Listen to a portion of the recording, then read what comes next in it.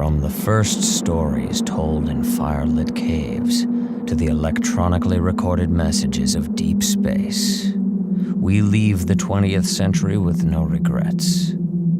Time bends, space is boundless, and when humanity gasps its last, all that will remain, if anything, will be the theater of tomorrow. Tonight's production is The Curious Case of Dogless Space.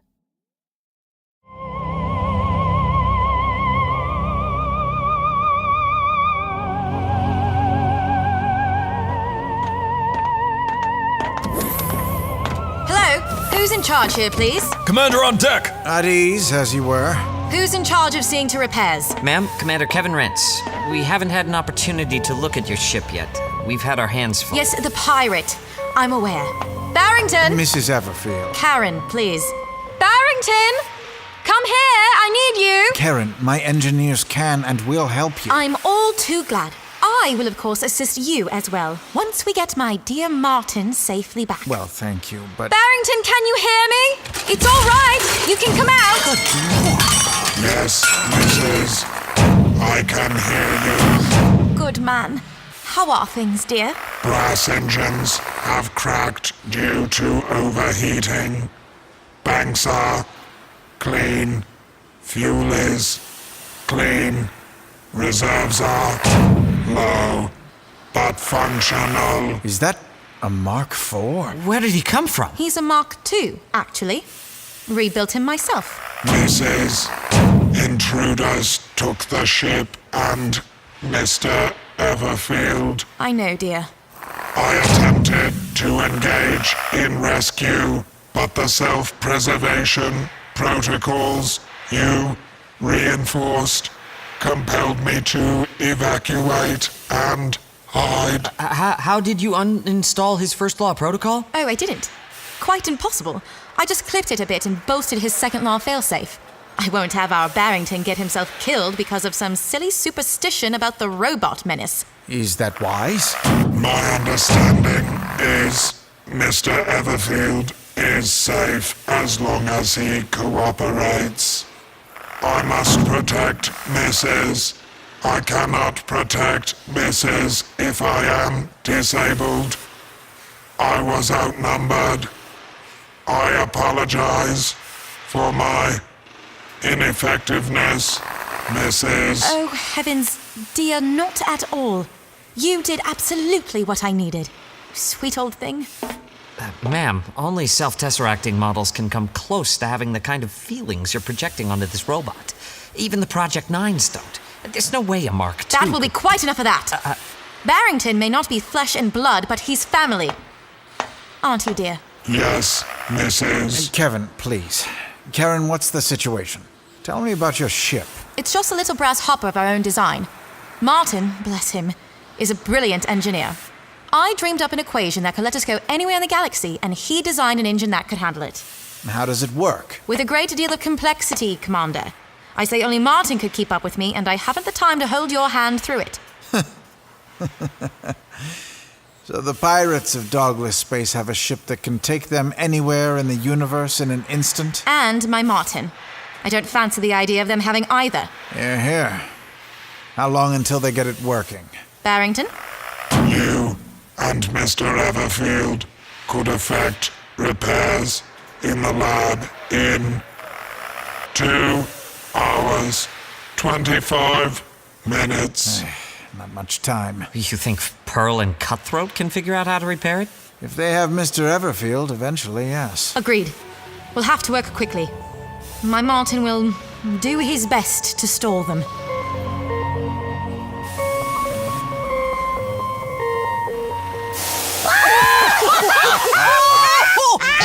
Oh, yeah. And so all this time, Mrs. Everfield is scribbling in her notebook, just watching.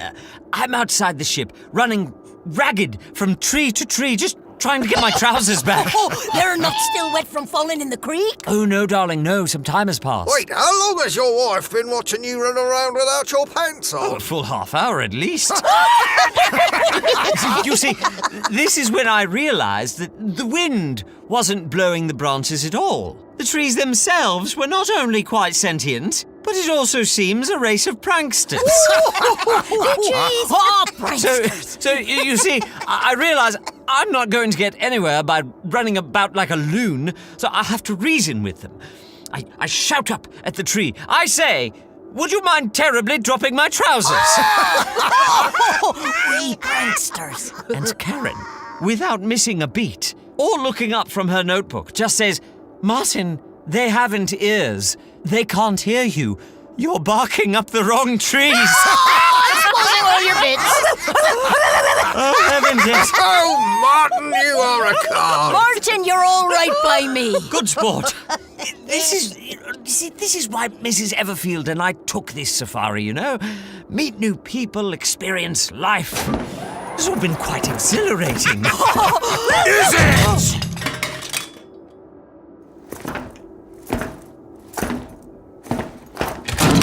Are you having a good time? All things considered, yes, I suppose. Aye. And you lot, rather, you're having a laugh. Come on, Cutthroat, leave it. Pearl, you think I should leave it too? You think we should all just let Martin here enthrall us with tales from outside till our teeth fall over? We got him. We got the ship. Soon as it's repaired, we're out of here. No harm in celebrating. Celebrating! Oh, we're celebrating! We're celebrating, is it?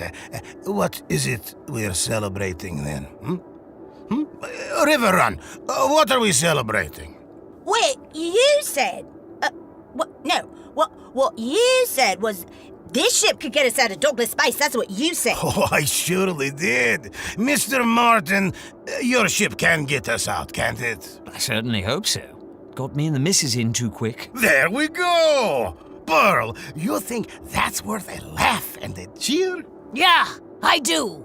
I do. You want to tell me what I can cheer about now? No. I just want to make sure we're all on the same screen. Let's all have a cheer. Let's cheer. To being free.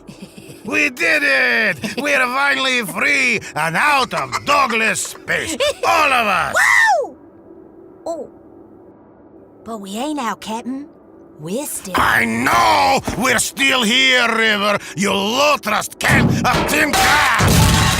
And we're going to die here if we don't get this ship working! You think Hench is just sitting on his station waiting for us to do as we please?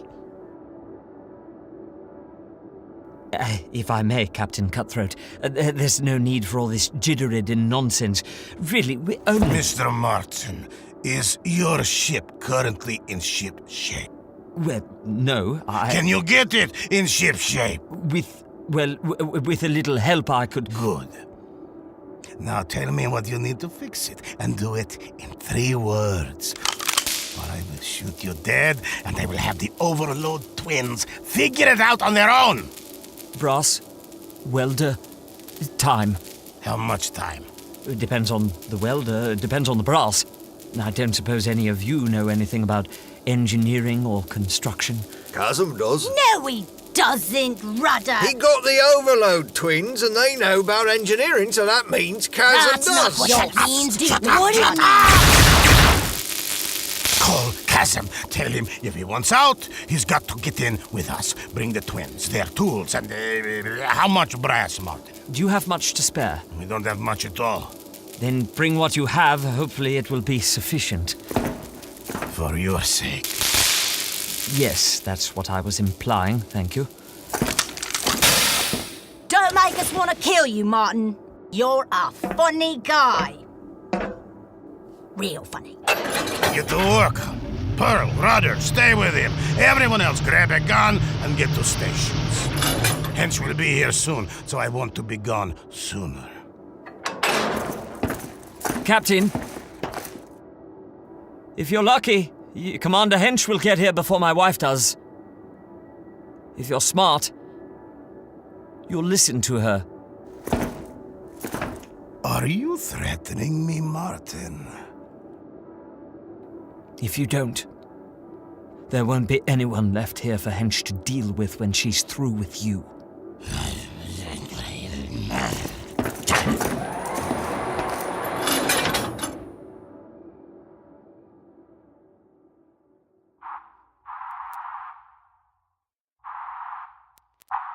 Hench to Everfield. Do you hear me, Karen? Yes, I hear you. Fine signal. We're top of the line at the 15. Very good. I'm on approach to the pirate vessel now. You may want to kill your thrusters.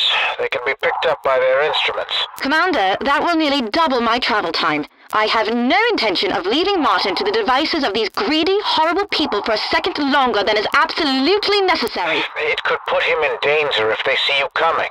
Hardly. They need him. If they see me, it'll just put me in danger. And I'm already in danger, so 6-1. Well, can't argue. Mrs., if you are in danger, I am required. No. I was speaking broadly, Barrington. It's fine. Continue with the plan as programmed. Yes, Mrs. We have our ship-to-ship fighters on standby. I can have a complement of guards follow you in walksuits. For the last time, no. Thank you, Commander. But the more people I have to watch over, the less likely this is to work. Once I'm on board, then you may dispatch your fighters. The only walksuit and rifle I want out here are mine. This plan is a little unorthodox, if you don't mind me saying. In fact, I do, Commander. I've been called unorthodox before. Seems to me nothing more than a euphemism for clever used by men who would rather be in control. Karen, it's my job to look after the safety of any citizen on my station. I'm no longer on your station. Any civilian, then? Excepting pirates, you mean? I can't help them, they just want to steal. Seems to me they only want to steal to leave. Well, they just steal out there, then. It's no business of mine, Commander, if you want to be the warden of this strange little jail. But don't take the higher ground with me. There is no high ground to take in space. Just us. And our choices. Mrs., you are close to your destination. Recommend brake thrusters. We'll put a pin in this conversation for later, then. My fighters are prepped and ready. Are you prepared to sneak on board? Sneak? Impact in 13 seconds. You need to slow down if you're going to get in undetected. Karen Lafayette Grammel Everfield does not sneak, Commander. What are you doing? I am getting my husband back. Impact. Oh my God. Commander, scramble the fighters. Prepare to launch. Let up! Now. Launch! Mrs., I am in position. The focal point of my rifle should be heated enough now, Barrington. Please tear me open a hole. At once, Mrs. What's that? The alarm! We're hit! He's firing on us! Duck for cover! No, this tin cup wouldn't have any power left if Hench fired on you. Then what do you call that? If I've not missed my guess, that is my wife, tearing a hole in your wind-up toy starship. Mr. Martin! Captain Cutthroat, I did warn you. You know the commander better than I do. Would you say he is on his way with the cavalry? He may well be. My wife will be here shortly, likely with our valet. If you want to salvage any kind of win from today, I suggest... You talk too much, Mr. Martin. Oh, my! And you don't repair engines fast enough. Oh, no. Now, let's see if we can talk some sense into that wife of yours. Karen! No!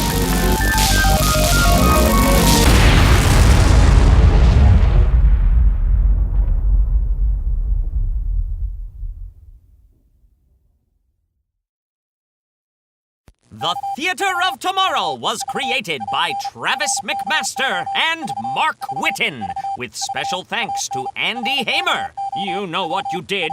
And is a member of the Fate Crafters Network. Dial your telelectroscope to theateroftomorrow.com to listen to our full catalog. Rate and review us on iTunes. And become a social being by visiting the Theater of Tomorrow on Twitter, Instagram, and Tumblr.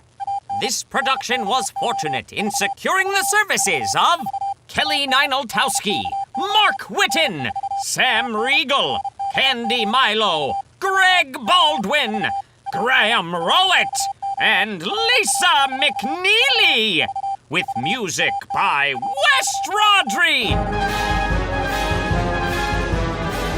For more audio drama, tune in to FateCrafters.com. Today's recommendation is Public Domain Universe!